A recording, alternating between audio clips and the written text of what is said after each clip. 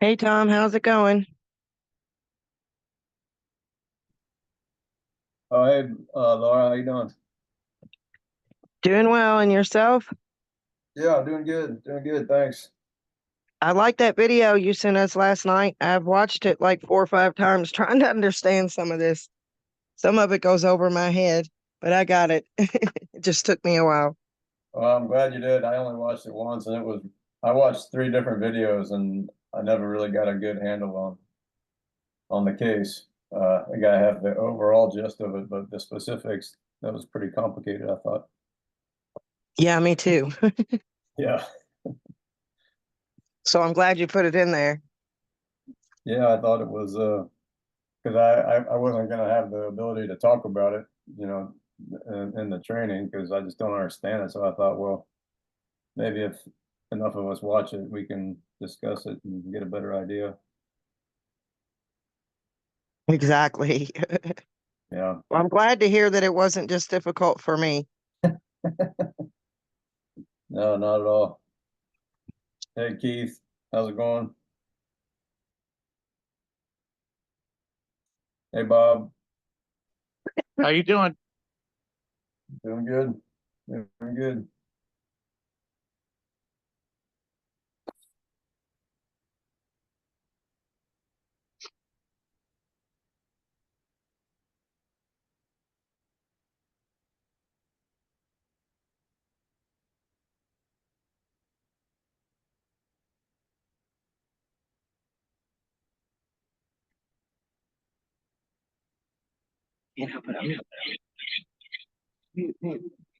Anybody watch the Derby, go to the Derby, involved in the Derby or anything?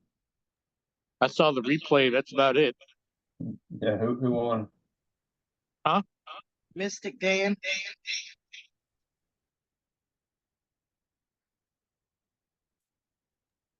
We used to work Derby, so it's kind of nice to not be in that crowd. I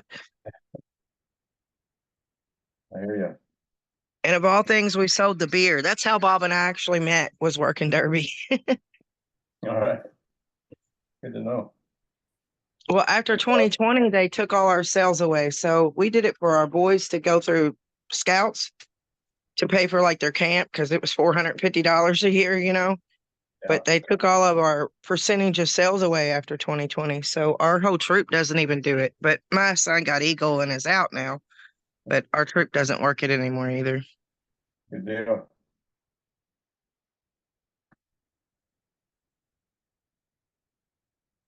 How you doing, Todd? I'm doing good. How about you? Doing good, doing good. Hello, Anita.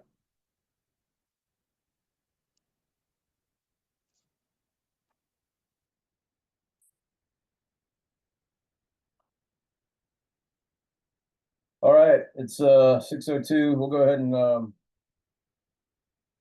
kick off the preliminaries while we're waiting. I'll go ahead and screen share.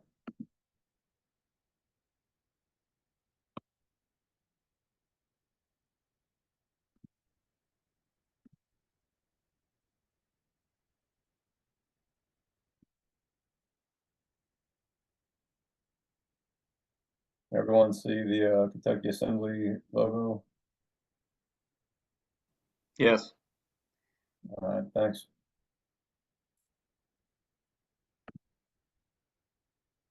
All right, today's training for the Kentucky Jural Assembly. We are reviewing the Jural Assembly Handbook, chapters 21 through 30 today. I get a volunteer to read the Bivens decision reading, and I think Anna has said we only have to ask the question one time.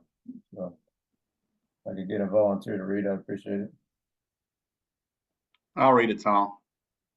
Thanks, Todd. Bivens decision reading. This meeting is private, bearing false witness, misrepresentation, and posting inflammatory rhetoric in public forums is forbidden and shall be addressed in an appropriate manner. To eliminate all conflict and false allegations, is there anyone in attendance at today's meeting that is a member or agent of any law enforcement agency or public agency of the federal, state, county, city, or township agencies present? Additionally, are there any U.S. citizens or citizens of the United States present? Anyone who is here under false pretenses, anyone who is working for any foreign government, including the territorial United States or municipal United States, anyone who is being paid or coerced to be here must fully disclose their presence and purpose now or leave the premises. If they subsequently show up as federal witnesses, they are discredited for failure to disclosure. Is there any response to the Bivens decision?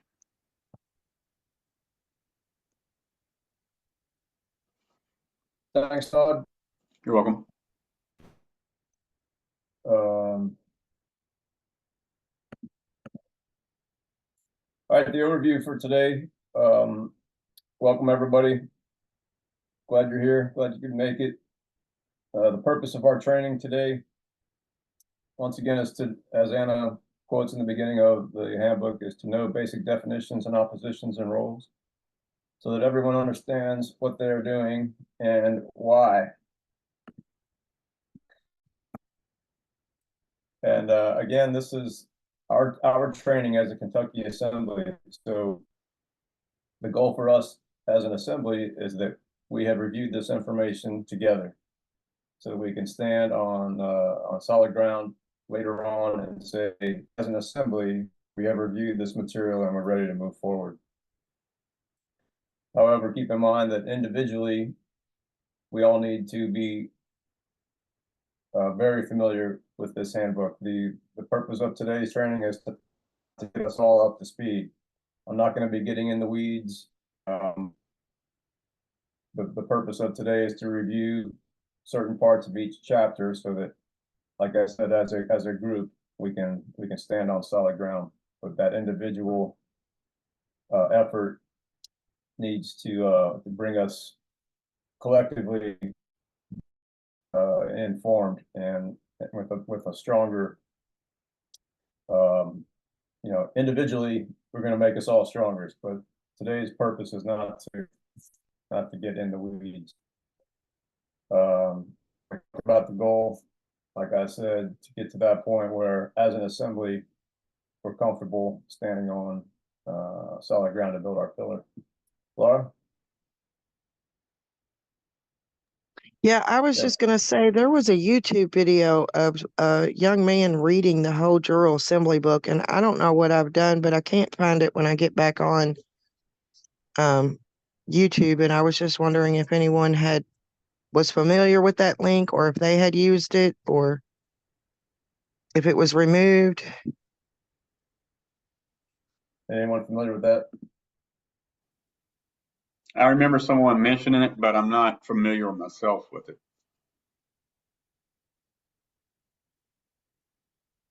How you doing, Duran?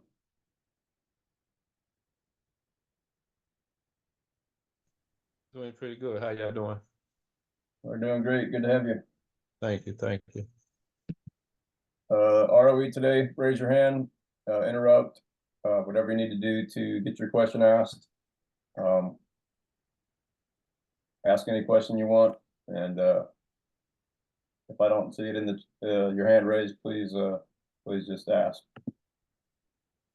Diving right in for section or chapter 21, talking about the capacity of the people. Last week we finished up chapter 20 talking about jurisdictions, and today chapter 21 we're going to talk about capacity. I'm just going to read the first paragraph from chapter 21. While the subject matter of a case will often immediately determine the correct jurisdiction and court to hear it, the issue of capacity in which the parties act is by no means as clear-cut and requires due diligence. So what I did was I went through here for capacity, and just to make it easier for me to kind of see it in a chart format. And so on the left side, you see name, capacity, jurisdiction, and the business. And so I've got in red the people. That's us. That's all of us who have status corrected. We're people on the land and soil. Our name might appear as Mark Allen Jones. The capacity that we operate in is unincorporated. Our jurisdiction is a sole jurisdiction, and if we're in business, it would be considered trade. if we shift over to the jurisdiction of the sea in blue, then our name would be, it could be the same, but it would be a corporate capacity, international land, jurisdiction, and international trade, right? Whereas if we were a person, right, a legal fiction, an incorporated capacity, we would have that incorporated denomination, incorporated capacity, and international sea jurisdiction, and the business would be international commerce. I'm not sure that I have a solid handle on the differences and all that, but it helped me to break this out a little bit better from what she had written down there. Is there anything that's confusing, or does anyone have any kind of better understanding of the capacity? Because I really, Yes. When I just seen this, I'm like, oh, okay, there it goes. It makes sense. Because you know, when we read the minutes or the yeah, assembly at the assembly meeting, we read all the I don't even know what to call it. I got a mind block. But we mentioned people and people. I'm often quoting that, reading it. And I didn't quite grasp it, but it makes sense as I'm looking at this because the people in lowercase isn't our natural person. It's us being flesh and blood, men and women. And then people with a capital letter, that's the first initials capitalized versus the people lowercase, it's your name at all. Well, they got it different here. Think They that's got an it all the error, same. Ron? Huh? Do you think that's an error that you're talking about? The first one should have been all lowercase? I'm thinking, yes, Okay. yes, yes. yeah, I she, don't think so. She has an article and it even goes into the trans DARPA slaves on how all the names are written. Um, because in the DARPA slaves, the names are, some of them are capitalized in the middle of your name. Like it's different, but she has all those in some article. I'm sorry, I don't know the number, but I do have it printed out. I could possibly look it up and send it to people if they Okay, wanted me to. let me explain this aspect. Let's say people with the lowercase, let's say the name was in all lowercase letters. People with the first letter capitalized, it's your first initials with the capital and all the other letters lowercase. And then persons should basically be in all caps. But I'm not saying she's wrong. I'm just saying that in another teaching, you know, it's laid out in a different way. You know, this is universal. You can explain it in many ways. And it could be whatever you want it to be. Right. She does definitely use the all cap for persons. But see, Mhm. like our court notices are starting to come since we've said something about our all capital name, because, you know, we've sent in return of service and stuff, but ours are starting to come like people, the blue part here, but we're still the red part because we're unincorporated. So now I understand what they're doing. They're not actually recognizing us as American state nationals. They're still recognizing us as corporate entities. Correct. Correct. yeah, I think I confused myself by putting that middle one, people in blue, because the jurisdiction there is land, right? So the red is soil, the blue for people is land, the land jurisdiction, That's right? what you got. It got Yeah. international land On page jurisdiction. 89, she has the name the same for all three capacities. Mhm. So, but That's I how they get you with all their trickery. yeah, that's right. That's I right. like it. Thanks for sharing. Sure. So, And then she said this paragraph I really liked. She says that Mark Allen Jones, U.S. citizen, acting in the capacity of a person adrift on the international jurisdiction of the sea without a declared permanent domicile, right? That's who we used to be. We used to be without a declared permanent domicile, has no guarantees, no treaties, and is presumed to be a ward of the territorial state of Minnesota or the municipal state of Minnesota. He has no constitutional guarantees or protections at all. And we'll see this later And I think we've all heard of court cases where people bring up the Constitution and the judge says, you don't have any constitutional rights. We're here it is. And this is why we see that's true. You know, most people would say, well, sure, I have constitutional rights, but if you look properly with due diligence, which is what we're trying to do, you can show somebody that no, you don't have a permanent domicile, you're a ward of the state, and you don't have those protections. So capacity is something we're going to need to be familiar with as jurors in Jural Assembly. Questions on chapter 21?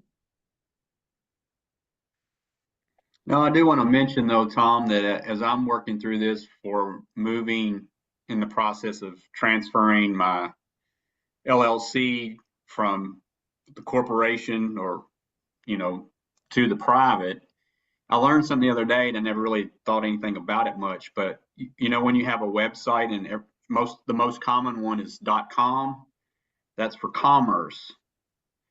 So I asked one of the I don't even know what they're called. So I set everything up through like GoDaddy and Wix. And when I talked to the person from GoDaddy with the domain, you can do different domain names. And I found there is one for trade. Now it's going to cost me 3 times more to do it with trade, but it's like a once a year payment. And so I think I'm still going to go ahead and go that route. That would get me completely away from that commerce, because I didn't realize the .com stood for commerce. I mean, to me, it could have been communication or anything, but I was ignorant of that fact. So looking at that little chart you had earlier, trying to understand some of that, because I'm learning too. You've got so when I get totally unincorporated, then I can do business with a person, private person, and I also can do business with a corporation or someone that's incorporated, like an LLC. But because we're not both incorporated, it's not commerce, it's still trade. That makes sense. Yeah. And that's the thing. There's so many different little nuances. But I just wanted to share that. If I don't want to insult anybody's intelligence, because I'm learning so much just trying to go through this process. But it'll be things that we'll have to be aware of when we move forward to our international business pillar, and having that committee and whoever's chairing that. But anyway, hopefully maybe that helped. I yield. Thanks for that, Todd. Absolutely, it helps. I mean, that's huge information. I mean, that we all need to know. The .com thing, I didn't know about that. And you can get a domain name for doing trade, vice commerce. I didn't know that, and probably most people don't. So thanks for bringing that up. Appreciate it. You're welcome. All right, moving on, chapter 22, overcoming indoctrination. Again, I'm just going to read the first couple sentences. And it says, there is a force of indoctrination which feels like a force of gravity, telling us that we don't have to do anything. Obviously, we can all just sit on our rumps and be served all the government services we could ever ask for, and more than we wish for or imagine in most cases.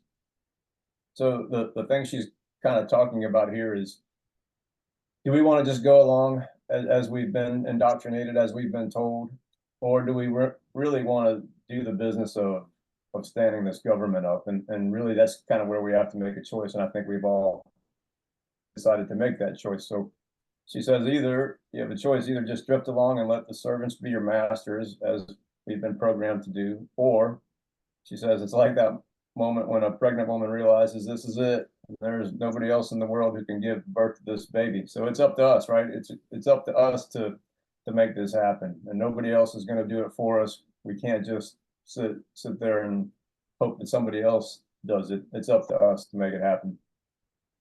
A couple of those things that we're going to have to be aware of later are convening state legislatures on a regular basis and choosing deputies to send to continental congresses. Right, so that's a hugely important issue, is to choose somebody to send to the Continental Congress to make those changes that are going to be important to Kentucky. All right. Anything else on chapter 22? Any questions? Chapter 23 is prior and concurrent assemblies. And it says that our actual American government on the land and soil of this country has never ceased functioning, which I think I knew, but when you read it, it really makes you think, right? What has been happening? Who's been doing it, if anybody, right? She says part of our lawful government has been mothballed at the level of the federal states since 1860, but the states which hold the actual power of contract have continued to function throughout. Right? Our states are not bankrupt, not incompetent, and the appropriate counterclaims have been made right through that ancestry. Was there somebody in somebody's family that goes all the way back prior to the Civil War that can claim the soil jurisdiction? And that's what she's done and what has been done, I think, on all 50 states. So those claims have been made that, yes, we are going to continue to operate this government, not the states of states, which they've been trying to do. As far as those counterclaims, they're not claims of ownership, but claims in behalf of all qualified jurors who claim birthright political status. Right? So once we come back to the land and soil, claim our birthright, then we take part ownership in that in our state. Land assets and silver money and everything else of actual value belongs to whatever state you're in. You know, Floridians in this case, but as Kentuckians, that land, silver, all that stuff belongs to us. But she says we have to stand up and claim it, right? We have to not only claim it, but then run with it as an assembly and make it happen. Not just sit back and say, all right, somebody else is going to do it for us because that's always happened my entire life. No, we have to be the ones that are willing to take the ball and run with it. Tom, Nick is trying to get in. Do you have to let him in, or does it just automatically, because he just sent me a text and said it's not letting him in the meeting? That's a good question. He sent me a screenshot. It's just saying it's waiting for the host to join. But here we are, so I thought it would have just let him in. You might have the wrong link. Yeah, he might have the wrong one. I sent him the invite from our participations. So it's this link. I'm positive of it. Okay. I don't know if I can invite somebody. Tell them go out and come back in. Okay. Yeah, maybe so.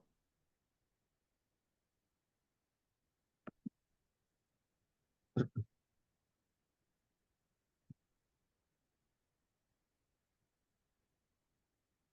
I claim to be the host on the participants list?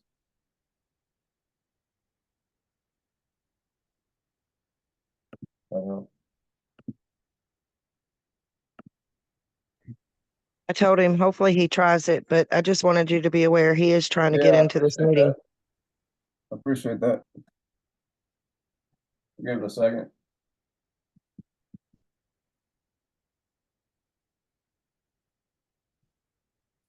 Oh, this was chapter 23 was where they talked about Marbury versus Madison. Did anybody have a chance? I know Laura just said she watched that video 4 times. I had a hard time understanding that case, but I think to me what it kind of boiled down to was the chicken or the egg. Basically, does the Constitution have power over the Supreme Court, or against the Supreme Court kind of dictate policy in the Constitution? But it was pretty interesting, the facts behind the case. But somebody way smarter than me would have to explain it to me. I thought the Constitution would have would have trumped the Supreme Court because it became before the Supreme Court. Yeah, that's what I thought. It seemed like there was a big question about that. Well, it looks like those first two that you got an answer of yes. The third one was left up to how people interpreted it. And that's how they got it. That's like a loophole for them. Well, he said he didn't have jurisdiction. Was the jurisdiction part? Didn't have jurisdiction.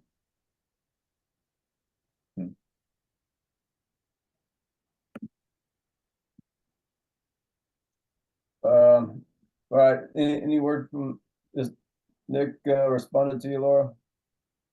Yeah, he said he tried 3 times and he was wondering if it was because he's trying to join late. And he said, please let him know I'm having connection issues, but my signal is saying it's strong. So I've told y'all, I've done my part. I don't know. Maybe I should go over to the chat and send him that link instead of sending it from this where you posted it. Yeah, I was trying to figure out how to go. I'm gonna go out and copy the link and see if I can send it to him.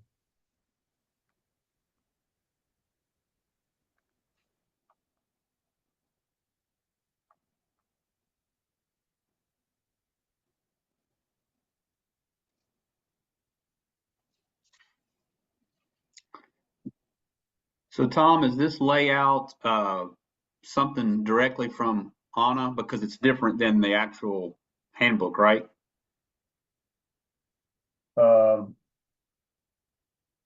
You mean as far as the chapters and the titles? Like this, the PowerPoint thing, like you've got here, this that you're sharing is. I No, was just kind of curious where that came from. no, I just put it together. Okay, you just put it together. Okay, good job. Yeah. Yeah, because it would be too much, at least for me to kind of pick and choose throughout the text. So I just go through there and pick out some things that stand out to me and present them. That way we can say that we've discussed it, you know, some of it as a group. I don't think it's reasonable to discuss the whole book as a group. It'd be too hard and too long to discuss everything. Yeah, it would take us a year probably to go through everything in the book. And I just don't know that it's necessary. One, like I said, I think if we can say as a group we've gone through it, we've discussed a lot of it. We're familiar with most of the stuff in there. I think that's going to serve us pretty well. She says there at the end of 23, it's not uncommon for there to be more than one state Jural assembly in operation in the same state at the same time, which was surprising to me. I kind of thought, well, if there's one assembly, there's going to be one state Jural assembly, but does anybody know if there's any other Kentuckians operating an assembly, or is there? I don't know of any, but I think it would be like when we set up our counties. Because right now we're only at a state level. We haven't totally populated our counties. So once we got to the county level, then each county should have their own Jural assembly, if that makes sense. Oh, okay. Yeah, that would make sense. Yeah, she says state Jural assembly, and I guess there could be some confusion if there's lots of counties. I know that Florida had several assemblies operating at one point. So I guess if there's one group saying we're the Florida Assembly and another group saying no, we're the Florida Assembly, and they both have Jural assemblies going on, then and that could create problems, I guess. Definitely. She said, go ahead. I was just wondering how, I mean, I could see, I guess that would happen, but you would think they would just want to come together and just, team up and move forward. Not, to me, that becomes a you and I thing. It's, I don't know, for lack of better wordage, we're better than you, or I'm better than you, or whatever, because nobody has all the answers. So, why not partner up and learn together? But anyway, I yield. Yeah, I would think strength in numbers you know, hey, we're all trying to do the same thing. Okay. You know, There we'll was call another ourselves- group, Go ahead, Anita. there was another group trying to set up common law courts, and Justin and I both reached out to the Kentucky section of it, but we never did get any response back from them. So there are some little groups out there trying to get common law courts. I yield. But they're not, what are they, you know what they're calling themselves? No, I don't. I'd have to look it up. That's interesting. Okay. Something to keep an eye out for. She says, get organized and educate others. That's how we're gonna overcome that confusion.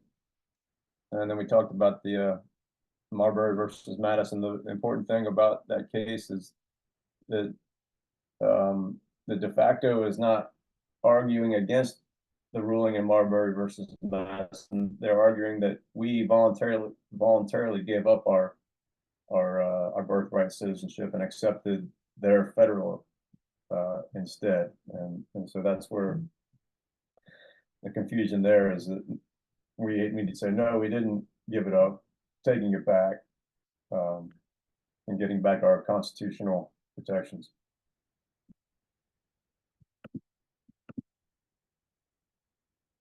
Then she says, this is the reason that U.S.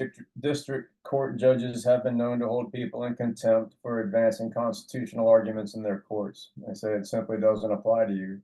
And their primary evidence against us is the birth certificate, right? That birth certificate takes us from a soil which we were on just briefly until that paperwork is signed. Now we're back in C jurisdiction as a federal citizen, almost even before the first day is over, right? So that's what they're using to claim that, no, you are a federal citizen. You don't have protections under that constitution that has sole jurisdiction attached to it. So we have to be ASN or American States citizen, or the constitutional guarantees don't apply to us. I mean, I think we all kind of know that, but it's really important that we be able to show that to somebody else, right, at some point. And that Marbury versus Madison, I think, is probably a good tool to use. It gives you some credibility when you bring forth an argument like that. Questions on chapter 23?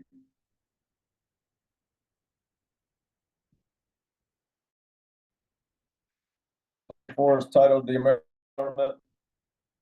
This is where she goes over the three actual branches of federal government.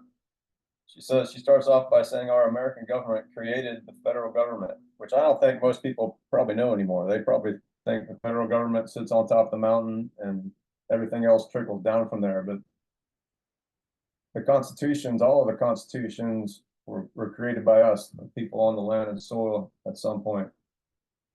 But the actual branches of the federal government, as opposed to what the judicial, legislative, and executive are, federal, territorial, and municipal, and they each have a constitution. They do three different kinds of work. They do general business of the country and international commerce. They're hired to do military and territorial property management business. That's the part that the British Territorial United States, U.S. does, and municipal business. And that's where the papacy, the Vatican, comes into play. So they were all hired out. They were contracted to do the 19 enumerated things for us. And of course, after the chaos of the Civil War, all that became confused, and that's how we got to where we are today. So the American government, prior to any and this was new to me, that these different types of government existed before the constitutions did. So our jurisdiction, our sole jurisdiction, is the United States, capital T, capital U, capital S, the United States. That is our sole jurisdiction government. And the constitution for that government is the Constitution for the United States. Notice the lowercase f, lowercase t, lowercase u. And that's the federal constitution, the Federation of States. And then there's the United States of America, which has international jurisdiction, land and sea, and its constitution is the Constitution of the United States of America with lowercase t. That's for the territorial, the British government. That's their constitution.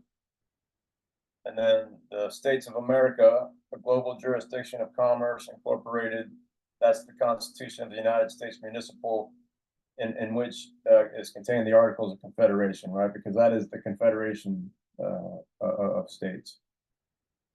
Like I said, all this was organized before the existence of any constitution. And so, like we talked about before, why don't I have any constitutional rights in court? Well, the only constitution that we have rights under is that first one, Constitution for the United States of America. That's the only one that has the Bill of Rights attached to it, right? Those other two constitutions don't have a Bill of Rights because it's territorial and municipal. There are no rights for fictions, right? So that's kind of how I make sense of it. Is the only living man or woman is attached to that first constitution, the one for the United States of America. Everybody else is a legal fiction, and legal fictions don't have rights, right? They might have privileges given to them by men, but they don't have big R God-given rights. So I hope that made sense. Anyway, that's all for chapter 24. Questions on that, comments? Chapter 25 was a real quick, brief rundown, half a page on what a state national is, a state citizen, and an elector. So once again, state national has no particular duty to serve the state, whereas a state citizen stands up, raises his hand, says, yes, I choose to serve. And the state electors are nationals who own land in the state and meet other requirements to participate in state elections. And I'm not sure if that's been updated. We talked about land ownership. Is land ownership the same as an estate, or is it actual land ownership to be able to vote in some of these elections? I'm not sure. I think land ownership is also you as a person that has taken your identity. Okay. So that's part of the status correction, reclaiming our estate, right? That's yes. The estate is equal to land ownership, I think. Am I saying that right? That's the way I understood it too, and reading some of the information. Okay. Thanks for that.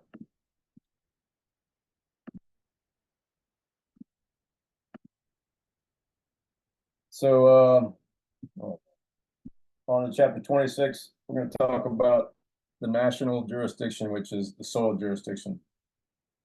So when you see national sole jurisdiction, what does that do for us, and how does it operate? She says the first thing it does is guarantee local control. And inside of that local control is this discussion of state republics or republican states.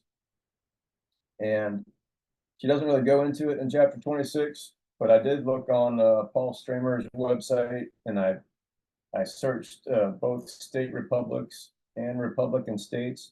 And there are two really long articles that go into much more detail on the difference between those two things. And so I put them in the chat. At the very beginning of the chat, there's two links to those two articles, or you can just search state republics and republican states on our website, and you'll see them. So something. Tom, they're not in my chat. I don't have anything from you in chat. So I must have got on after you shared them. Because if you shared them at the beginning. I'll share it again. Yeah, I don't have it either. Oh, okay. Thanks for.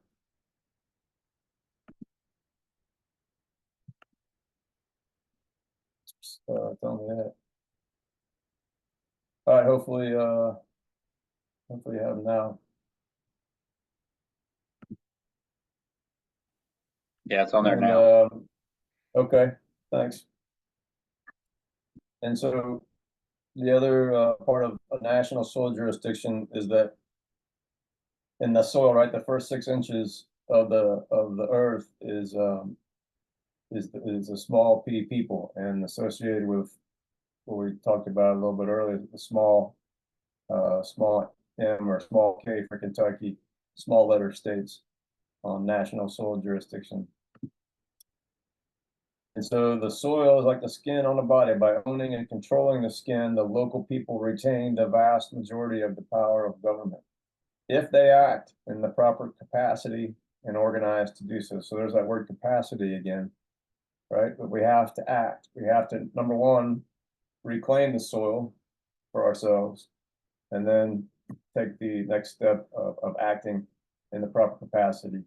And like I said, like your county sheriff is the most powerful person in the country on your county. So like that, like the American government created the federal government, well, we have the power in the right jurisdiction and the right capacity to do a lot of amazing things, but if we choose to do so. She also talks about jus soli. When we're born, we are in the political status of a man of the soil, known as jus soli, or a state national. She says, when we are born, we are not citizens of anything. And so man has chosen to take it upon himself to make us citizens via the 14th Amendment. But when we're born, we're just on the soil automatically, and which is an amazing thing. And if we can get people to see that, we can probably change an awful lot. But that's the way it is now.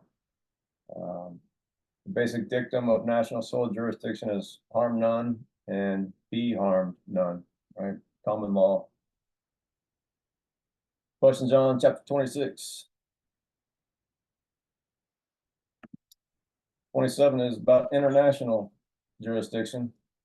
She equates interstate with international because each state is its own country and its own nation.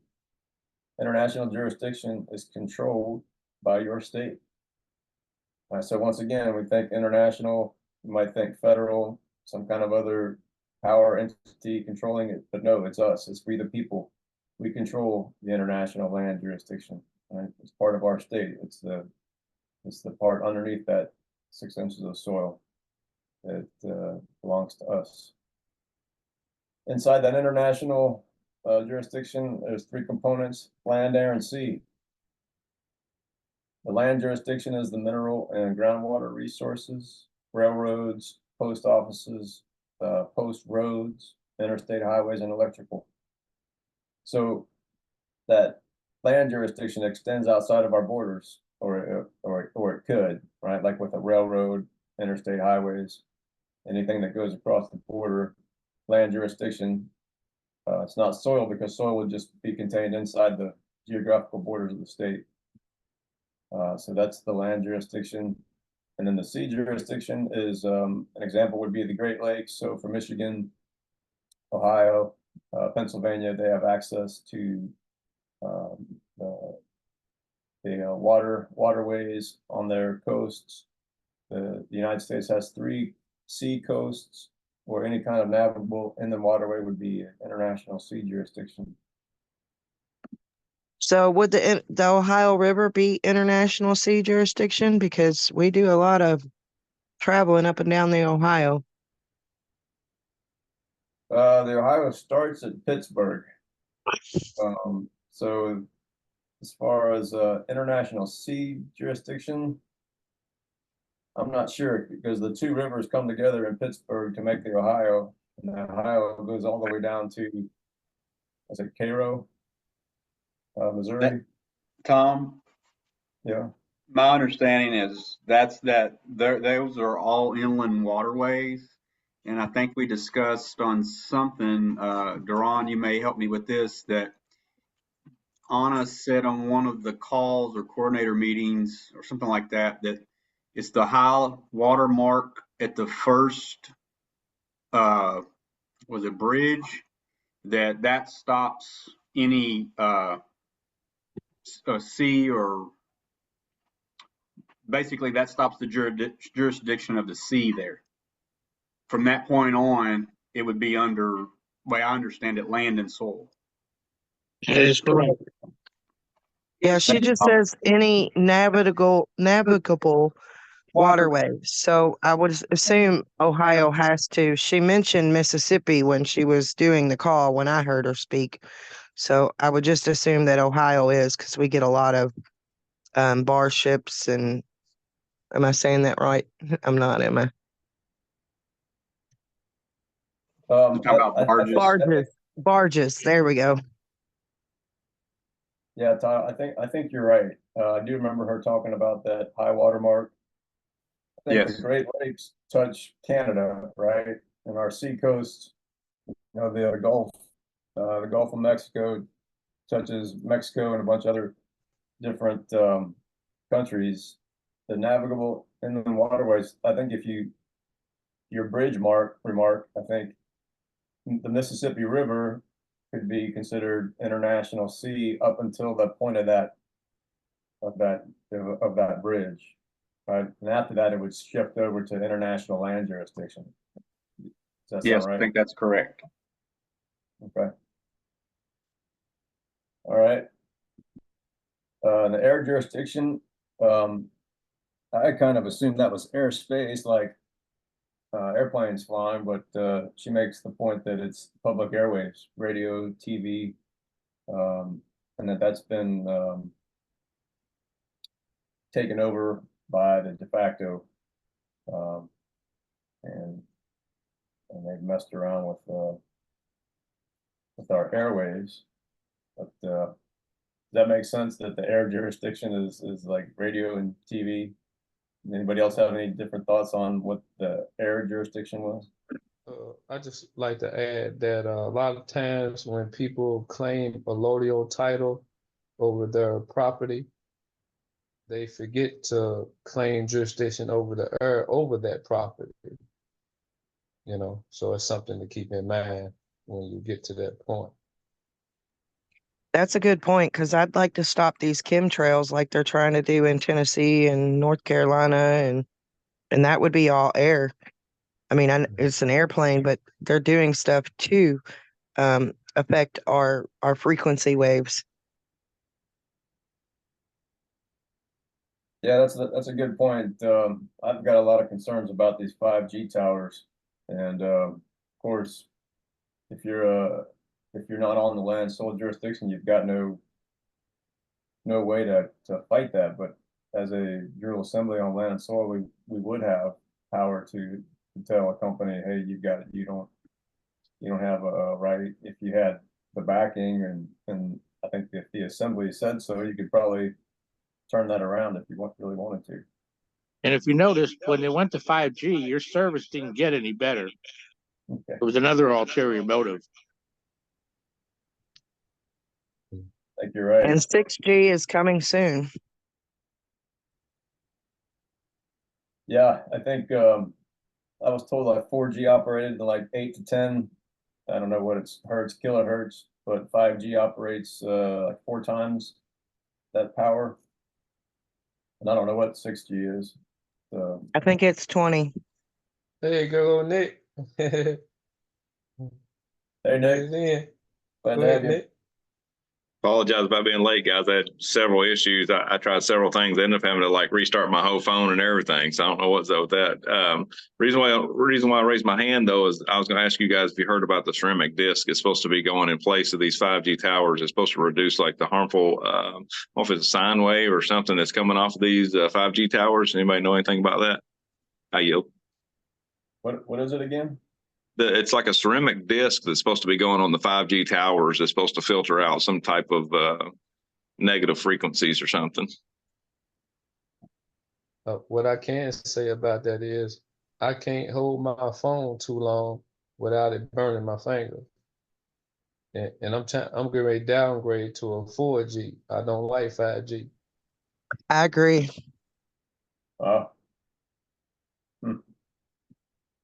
And I hope none of y'all sleep with your phones in the bedrooms because that's really bad for you too. Yeah. Like they're trying to digitally converge us.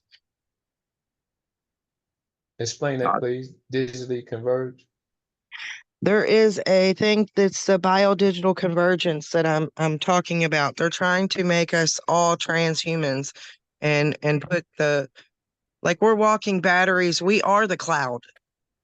They're using our body energy for this stuff to power up the internet of bodies, or it's the nanotechnologies Okay.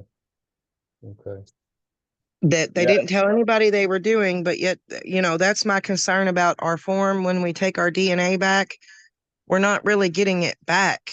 We have to take further steps, I believe, because, like the smart meters, that's why I keep bringing up the smart meters and opting out of those because they're sending frequency waves through our body that aren't natural.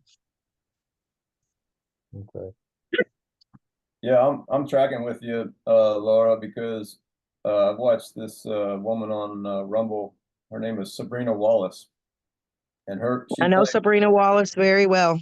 yeah, she talks about the wide body area network, WBAN, and that they have the capability to send signals to the body, and the body becoming a receptacle, transmitting and receiving signals. I read an article about an experiment where these guys, they were trying to regrow hair for men, and they determined that each hair cell follicle has the capability of not only receiving a signal but sending a signal, down to that small level.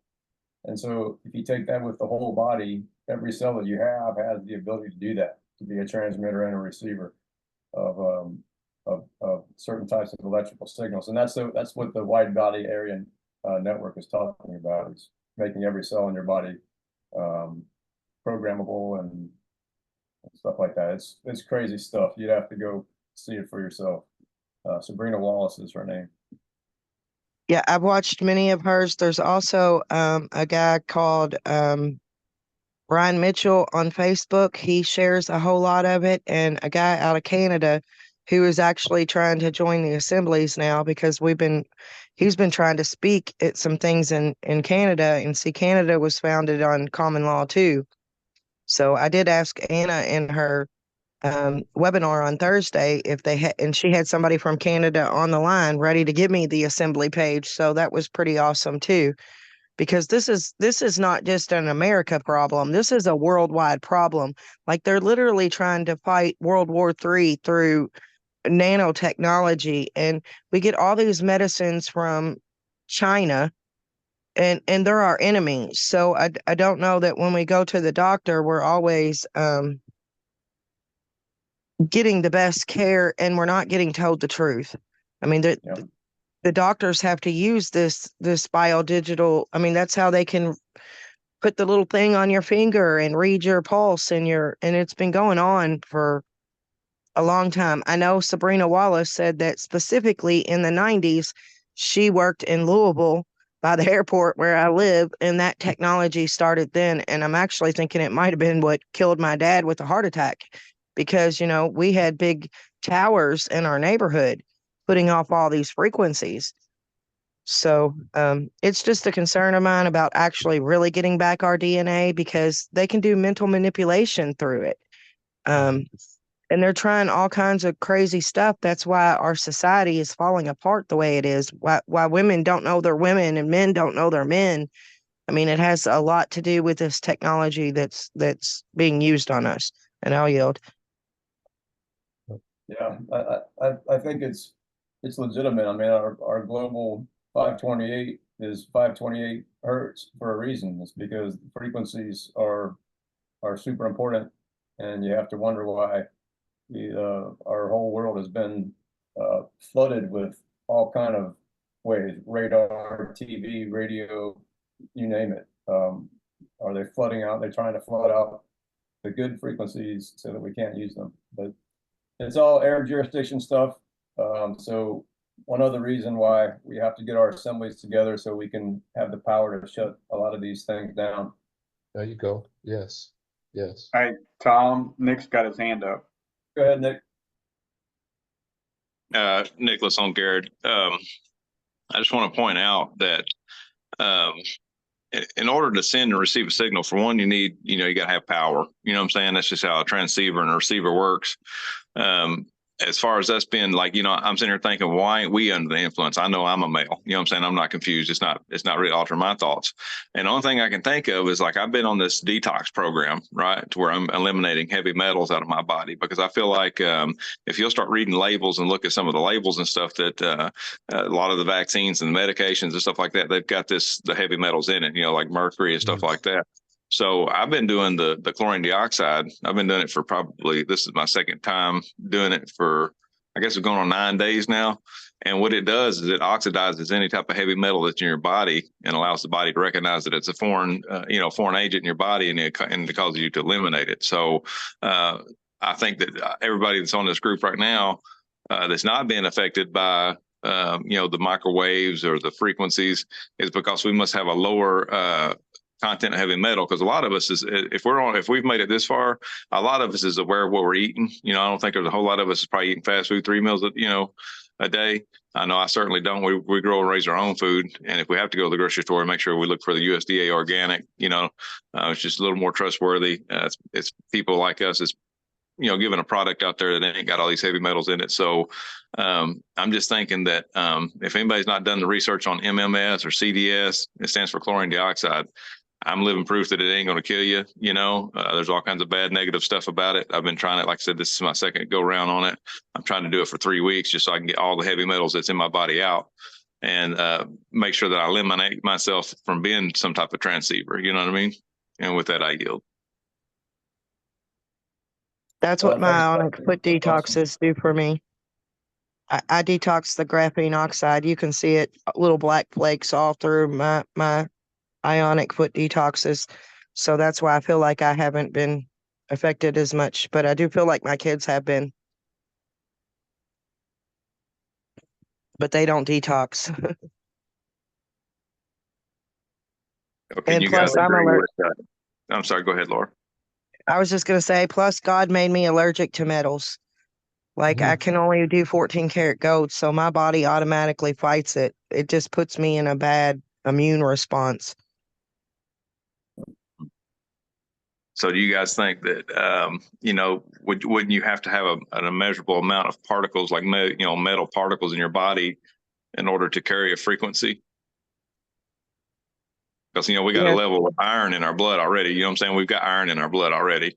You know what I'm saying? Which is like the little thing she's talking about you put on your finger that reads your heart rate and stuff like that. And I'm not for sure because I'm an inventor. So, I try to pay attention to how like inventions work and how they, actually respond to like energies of the body.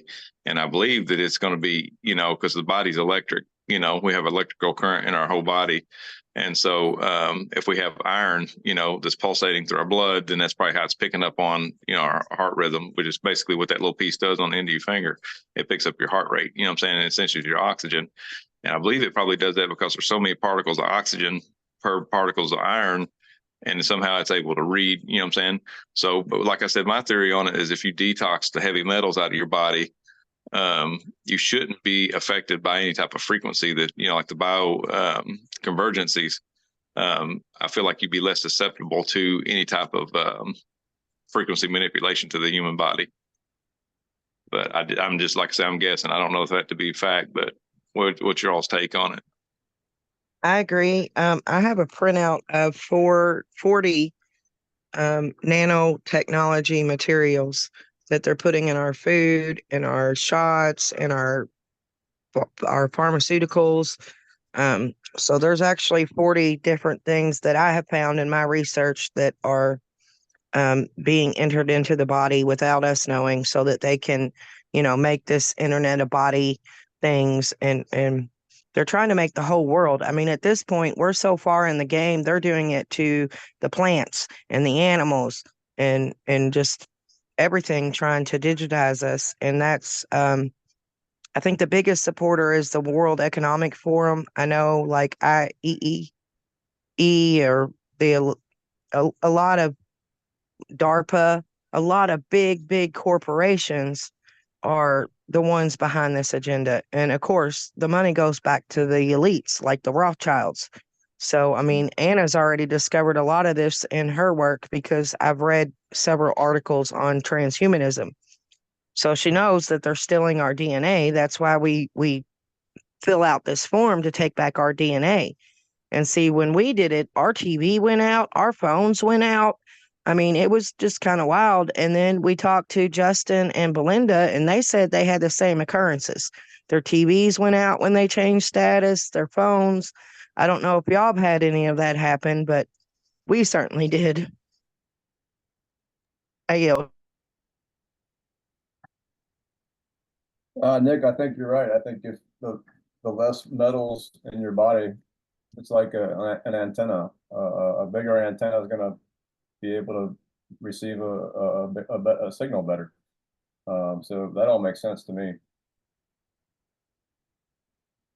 Laura, can you put those 40 things in the chat? Yes, I will try. All right, thanks. Good discussion, y'all. At air jurisdiction.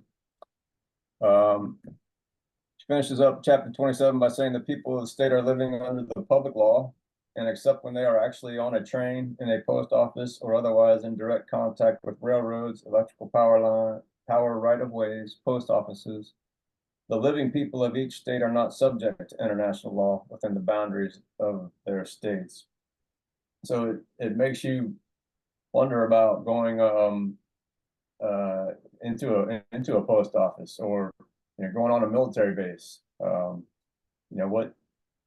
does your jurisdiction change in regards to those things? Being on a railroad, I mean, the federal government owns the railroads, and so as a living person on the land and soil, now you're traveling on their equipment. How does that change your jurisdiction and your capacity? So, something to think about. Questions on chapter 27? Chapter 28 was titled Global Municipal Jurisdiction. She says that in the global municipal jurisdiction, there are no people, just fully incorporated commercial corporations chartered by various governments. And this is the all capital names, right? So your person name, all capital, that's what we're talking about here. Global municipal jurisdiction, fully incorporated. The municipal jurisdiction is global in nature and is organized as separate municipalities that operate as international city-states. And so 3 of those international city-states are Washington, D.C., City of London, and the Vatican City. And all have a Washington monument-like statue. And so they're all set up kind of the same. And I was told that DC is the military center, London is the economic center, and the Vatican is the religious, ecumenical city-state. So I don't know if y'all heard similar to Yes, that. Tom, I heard the same thing, so I think you're correct on that.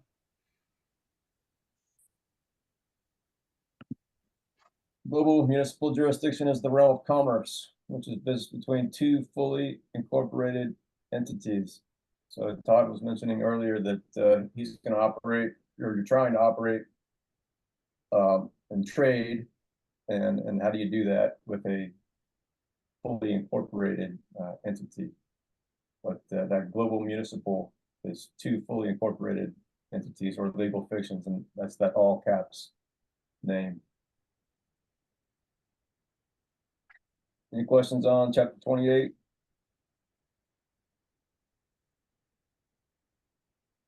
Chapter 29, this was really interesting, and there's a lot of information I thought that was good in here about the Confederation of States. And I've always struggled to really get a grasp of what the Confederation of States is. And I think this chapter does a pretty good job of painting a better picture of it. She says, contrary to what most of us have been taught, Confederate states, more properly and less confusingly called federal states of states, have existed and operated long before the so-called Civil War.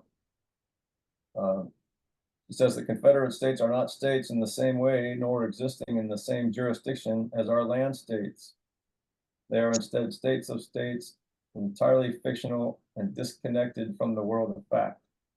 Right, so the Confederation of States are legal entities, basically. It's not a state, it's a commercial business entity operating in the global municipal jurisdiction. Right. Business entities. And so I thought this sentence was really good, kind of way to wrap it up into a ball.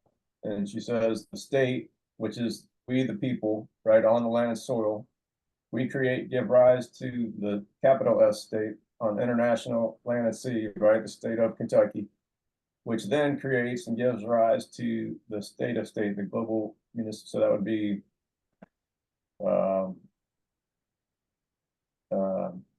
Kentucky. So Kentucky would give rise to Kentucky State, which gives rise to the state of Kentucky. I think, if that makes sense. I don't know if I'm saying that right.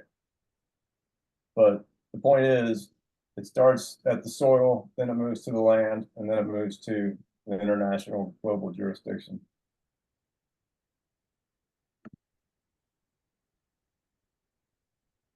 And so she says the Confederation of States, more properly, the Confederation of States, doing business as the States of America, as of March 1st, 1781, was composed of commercial businesses owned and operated by our states. Right, so they're created, they're manufactured. They're our state saying we need somebody to operate in the global jurisdiction for us. So we're going to set this up, but it's fictional, right? Created by we the people. Questions on chapter 29? And chapter 30 was we kind of reviewed that in a previous chapter, but the three different constitutions. This chapter goes into more detail on the three different types of constitutions. She mentions again the three branches of the federal government. The federal, the territorial, and the municipal. And she says that they all three operate in the global municipal jurisdiction of the air. They're all three obligated to provide good, fair service to our states and peoples. Those are our those 19 enumerated powers, and they all have those. They operate exclusively via those powers that we, the people, have given them in the Constitution. And so the three different constitutions again. There they are: the federal, territorial, municipal, and they're all spelled differently. So take note of the fors, the ofs, and small capital T's and small U's. They're all different. So I think it's important for us to recognize which one is which. Questions on chapter 30 on the constitutions? Hey, Tom, you reading these chapters out of the handbook? Yeah. Yeah. Okay, good. I'm new to the Jural Assembly, so I've got the handbook. I just was making sure this is where these were coming from, so I can't wait to get that. Did you guys print that off, or you just go through and read it on a digital? Is it quite a bit? I printed one out at the UPS store. You can there's a company called Best Value Copy online. I think you can print it out for like $20. Okay. But I like Nick, to have a hard copy. it's 213 pages long, just so you know. Oh, is it? Okay, that's what I was wondering, because I've got a printer at home and I thought I'd print it off myself, but I've not even got to check it out yet. So it's better to go to the company that Tom's talking about and just get it printed off. That or order one online. I think Tom, can't you order it? Is it from Amazon or? I believe so. I believe they're available on Amazon. Okay, I'll get on there and It's check it out. on Anna's website too. The Jural Assembly Handbook is digitally on Anna's website. See, I So want a you hard can- copy of it too, just in case the internet goes down. We still be able to have our meetings and have like a hard copy to go by. Yeah. Correct. I get it. Sorry about that, Tom. I didn't mean to interrupt you, but that was my question. Sorry. Thank you. I yield. No, thanks for asking. I think I like having a hard copy, taking notes and highlighting stuff. And hurts my eyes to read on a screen after a while. So that's better for that. But yeah, so that's so we're about halfway through, folks. So we're getting there. That's all I've got for today. Any questions? Any thing that you want to go back over? Anything to focus on for next time, I got a question, Ron? in reference to, I say everything that we're dealing with and what we're about. Has anybody purchased a credential card on here? Yes. I You have purchased any, mine also, Duran. you have any experiences with it, using it, or any trouble? I've not even received mine yet. I ordered mine on the 19th of, last month. I think it was on the 19th, April the 19th when I ordered mine. And I've not received it yet. So I've been checking the P.O. box every day, really, because I'm kind of anxious to get it so I can set my global bank up and all that stuff too. But me and my wife both hasn't received it yet. You can You set can your set global bank up without a credential card. Right. Oh, Yeah. can you? I thought you had to have it to set it up or No, something. no. No, it asks if you have a credential card or a driver's license. So Yeah. you can set it up with that. I have my credential card and I'm happy to report that they actually took it at their notary office at UPS on Friday. So because I Nice. just told them you can turn it over. It is a government issued ID, and they didn't deny me this time. So I was kind of happy about it. That's Nice. cool. Good. Yeah. Good deal. Okay. One more thing. Y'all familiar with the plate that Max provides? Yeah, the IBL plates. Yes. I'm I familiar with think, it. I haven't ordered mine yet. Yeah, I think it'd be amazing. Yeah. Yeah. what is that, Ron? Uh, Nick could probably pronounce it, explain it better because I don't know the term. Yeah, ILB, it's a personal identification number that Max, he's over in Las Vegas. You guys are probably familiar with Max. He does the 928 packets. He's got this patent on a product called iDeeds. And so iDeeds basically is a program, and he puts all your information in it, like even down to the second that you were born, or the minute that you were born, and he turns it into this neat little number that's only specific to you. Okay. And plus with your blood type. And so Right. with that number that he generates, he's able to provide you with that number, and it's only you can have that number. Nobody else in the whole world can have this special number. And so you can actually use it to put it on a license plate, and it'll have, like, it's a Z plate, but it'll have like your personal identification number and it'll say private property, because so it's not a license plate. That, because a lot of these police officers have been taking them off people's car and they're stealing private property when they do that, because the number that he issued you is called a private property code. And so it's your specific private property code, so they can't touch it, but it goes where the license plate normally goes, and it says private citizen not for hire, Z plate, all that stuff on it. It pretty much lets the police officers know that you're American State National and that's your private property code. So And I would suggest that prior to getting that, learn your remedy in the event they do violate your private property, and be ready to execute that remedy. right. Because we got to establish ourselves within this system, let them know who the boss is. Yeah, exactly. Hey, Nick, who was that again? His name is Max Taylor Jr. And Okay. I can probably I don't know if I can do it or not. My wife will know how to pull his information up and put it in the chat. Give me just a second. I'll put it in the chat for you guys, because he's the one that does, like I said, the 928 packets. He done all my stuff, and it was so much easier to let him get the 928 packet established, and then it went on the LRO account so easy, and it was a lot less stress free than what I'm hearing a lot of other people had to go through. So give me just 1 second and let me let her. I'll get that information for you on the chat real quick. Sure, thanks. Thank you. Yeah, I reached out to Matt to take baby deeds on my boys about 2 weeks ago. And he didn't even charge me because we'd already done the 928 packs. He's just a phenomenal guy. When we first did our 928s, we mailed cash and didn't do like priority or any kind of recording, and it never got to him. So we ended up sending him the cash next day air so we could get our paperwork. And I want you to know, I don't know if he even really got the $60 in the mail or if he just mailed it back to us, but he mailed us back $60. So I think he's a really strong character, and I really have honor for Max. Thanks for sharing that. guys. Okay, That's awesome. I've got it there in the chat for you guys. Yeah, and I had a really good experience with Max too.